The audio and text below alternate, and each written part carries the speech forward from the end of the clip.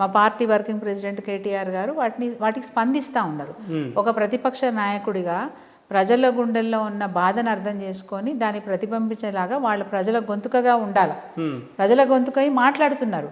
So ఈ గొంతుకను నొక్కేయాలనే ఆలోచన ప్రభుత్వానికి ఉంది. కేటీఆర్ గొంతు నొక్కేయాలంటే ప్రభుత్వం ఏదో కుట్ర చేయాలి.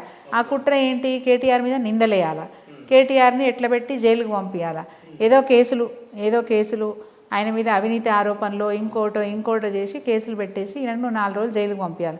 ఇలా పట్నం నరేంద్రుడిని అదే చేసారు కదంటే, అన్యాయంగా తీసుకుపోయిన చెర్లపల్లి జైలు వేసారు. ఎంత దుర్మార్గం అది, ఎంత దుర్మార్గం.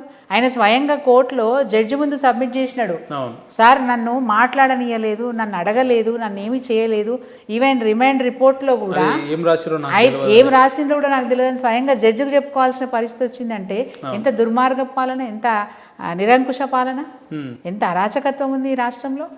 ఒక మాజీ ఎమ్మెల్యే కూడా గౌరవం లేకుండా పోలీసులు ఇష్టానుసారంగా వ్యవహరించడం అంటే ఎటుపోతుంది ఈ రాజ్యం? ఇది పోలీస్ రాజ్యమా? ఇది నాకు అర్థం కావట్లేదు. ఇంత అన్యాయంగా ఉంటుందా అండి? అంటే 10 ఏళ్ల బీఆర్ఎస్ కాలంలో ఈ రకమైన పరిస్థితులు ఎప్పుడు చూడలేదా? ఎప్పుడు జరగలేదు. ఎప్పుడు ఫ్రెండ్లీ పోలీస్, మీరు విన్నారో లేదు, ఫ్రెండ్లీ పోలీస్.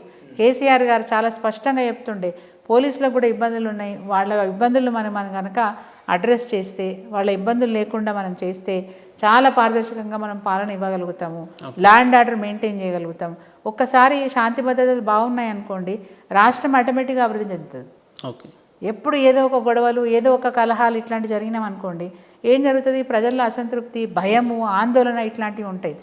శాంతి భద్రతలు మనం మెయింటైన్ చేయగలిగితే డెఫినెట్గా రాష్ట్రం త్వరితగతిన బాగుపడే. అక్క, మీరు ముఖ్యమంత్రి గారి మీటింగ్ ఆల్మోస్ట్ అన్ని విజిట్ చేస్తున్నారు కావచ్చు, చూస్తున్నారు కావచ్చు. ముఖ్యమంత్రి గారు ఎంతసేపు మాట్లాడుతూ కేసీఆర్ గారిని, కేటీఆర్ గారిని, లేదంటే గత ప్రభుత్వం అని అంటే ప్రతి వాక్యంలో కేసీఆర్ ఉంటాడు. రేవంత్ రెడ్డి గారు మాట్లాడుతున్నా ప్రతి వాక్యంలో కేసీఆర్ గారు ఉంటారు. ఎందుకు ఉండాల్సి వచ్చింది అంటారు అట్లా? అది ఆయనకి అర్థం కావాలి. భయం, ఆయన చేసినట్టు నేను చేయలేకపోతున్నాను, ఆయన మనసులో ఆయనకు బాధ ఉంది.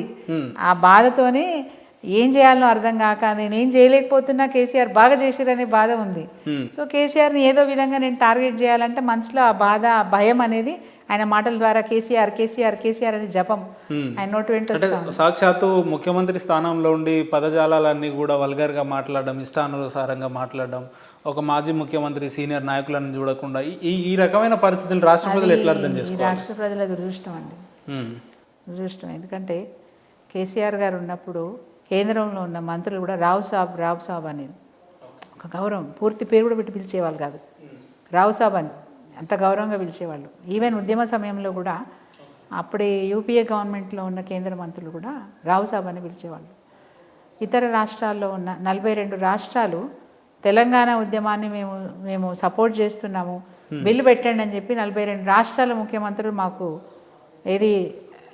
వాళ్ళ నిర్ణయాన్ని కూడా లిఖితపూర్వకంగా ఇచ్చినారు. సో అంత పెద్ద గౌరవాన్ని ఒక జాతీయ స్థాయిలో తెచ్చుకోగలిగిండు కేసీఆర్ గారు. ఈరోజు రేవంత్ రెడ్డి గారు, కేసీఆర్ గారి ప్రభుత్వం అన్ని రంగాలలో అగ్రస్థానానికి వెళ్ళింది, అన్ని రంగాలలో కూడా జాతీయ స్థాయిలో రాష్ట్రాన్ని ఒక పెద్ద గౌరవ స్థానంలో నిలిపింది. ఈరోజు రేవంత్ రెడ్డి గారి మాటలతోని అక్కడ హిమాలయ పర్వతాలంతా ఎత్తుకుపోయిన గౌరవాన్ని ఈరోజు పాతాలను దొక్కేసిండు రేవంత్ రెడ్డి. కేవలం ఆయన మాటలు, ఆయన మోసము, ఆయన అబద్ధాలు, మాటలే టూ మచ్. అసలు ఒక ముఖ్యమంత్రి స్థానంలో ఉన్న వ్యక్తి మాట్లాడే భాష కాదది, ఆ భాష కాదు. వీధి రౌడీలు కూడా మాట్లాడుకుంటలేరు. ఇప్పుడు నేను వీధి రౌడీ అన్నందుకు వాళ్ళు కూడా నన్ను తిట్టుకుంటారేమో, మమ్మల్ని ఎందుకు అవమానిస్తున్నామని వాళ్ళు కూడా తిట్టుకుంటారేమో, అంత ఘోరమైన భాష. పేగులు తీస్తా, మెడకేసుకుంటా, ఏంది తొక్కుతా, సంపుతా, కాలువల పడి సావు. ఎవరైనా చచ్చిపోవని కోరుకుంటారండి? హరీష్ రావుని కాలువలో పడి చచ్చిపోమంటాడు. ఇదే అండి ఆయన భాష. బుల్డోజర్లు పెట్టి తొక్కిస్తా, ముక్కలుగా నరికేస్తా, ఈ కాలువల పడేస్తా, ఇదా ఒక ముఖ్యమంత్రి వాడే భాష? ఆయన గౌరవాన్ని తగ్గించుకోవడమే కాకుండా, నిజంగా చెప్తున్నా, నాకు బాధ అనిపిస్తుంటుంది.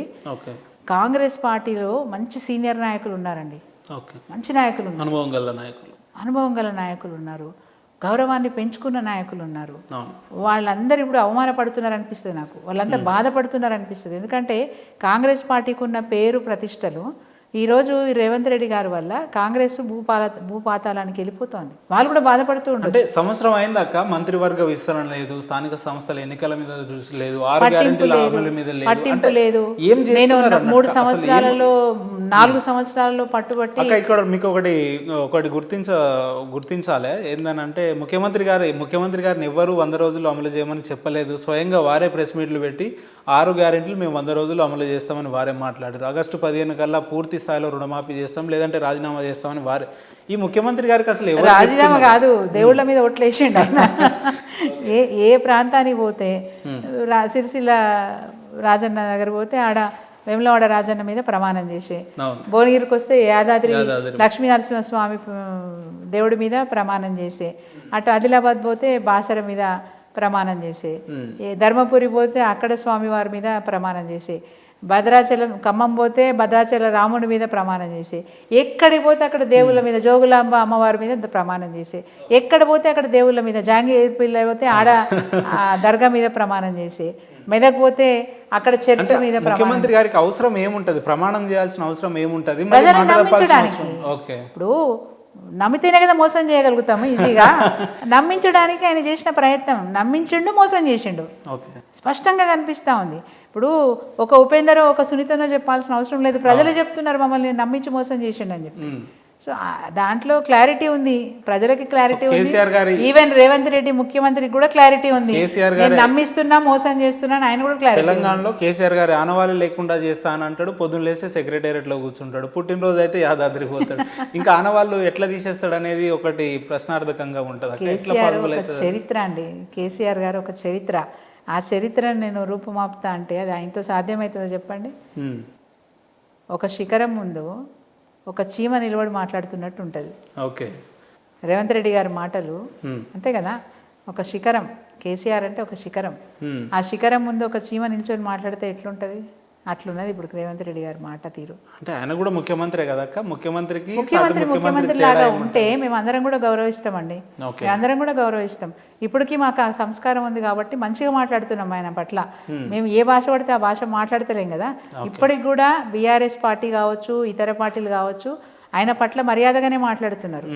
ప్రజలకు కోపం వస్తే వాళ్ళు ఏం చేస్తారో మనకు తెలియదు, కానీ ఇప్పటికి కూడా ప్రతిపక్ష పార్టీ నాయకులందరూ కూడా మర్యాదగానే మాట్లాడుతున్నారు. ఆ మర్యాద నిలుపుకునే మర్యాదగానే మాట్లాడుతున్నారు. 100% చిట్టినాయుడు అనే పేట ఎందుకు వచ్చింది? చంద్రబాబు నాయుడు వారసుడు కాబట్టి చిట్టినాయుడు అంతే కదా. ఇప్పుడు నీ ప్రవర్తనను బట్టి ఎదుటి వాళ్ళ మాట వస్తుంది. నీ ప్రవర్తన బాగుంటే అంతే కదా. దొంగని దొంగే అంటారు, కానీ దొంగని దొర అని ఎవరంటారు? అంటారా? అంటే 10 ఏళ్ల కాలంలో వచ్చిన 11 నెలల్లోనే నీ యావ ఏంటి? అవకాశం వచ్చింది సంపాదించుకోవాలి, అవకాశం వచ్చింది దోసుకోవాలి. ఎలాంటి నిర్బంధాలైనా, ఎలాంటి అధికారాన్ని ఎలాగైనా ఉపయోగించుకొని భూములు లాక్కోవాలి. లగచర్లు అదే కదా, రామన్నపేట అదే కదా. భూములు లాక్కోవాలి. ప్రజలు ఇవ్వనంటే కూడా, ప్రజాభిప్రాయ సేకరణలో భూములు ఇవ్వనంటే కూడా వాళ్ళను కొట్టో సంపో భూములు లాక్కోవాలి. నేను బాగుంది. ముఖ్యమంత్రి సోదరులు ఇన్వాల్వ్ అవుతారు అందులో, రైతుల్ని బెదిరిస్తారు. అల్లుడు బయట ఎక్కడి నుంచో అదానిని తీసుకొచ్చి ఇంపోర్ట్ చేసుకుని అదానిని, రాహుల్ గాంధీ ఏమో అదాని వద్దంటాడు, ఈయనేమో అదానిని పెంచి పోషిస్తామని ఆలోచనలో ఉన్నాడు. పైగా టీఆర్ఎస్ ప్రభుత్వం మీద అభియోగాలు మోపుతాడు. చేతగాంతనం, ఇదంతా కూడా చేతగాంతనమే. చేతగాక నోరు ఒకటి వారేసుకుంటాడు. ప్రభుత్వం అధికారంకి వచ్చిన తర్వాత బీసీ కులగణన చేస్తూ ఉంది, అణగారిన వర్గాలకు పెద్దపీట వేస్తూ ఉందని చెప్పి ఇదో పెద్ద జోక్. ఎందుకంటే ముఖ్యమంత్రి గారే నిండు అసెంబ్లీలో సుప్రీంకోర్టు ఎస్సీ వర్గీకరణ మీద స్పష్టత ఇచ్చి వెంటనే చేయాలని కూడా చెప్పింది.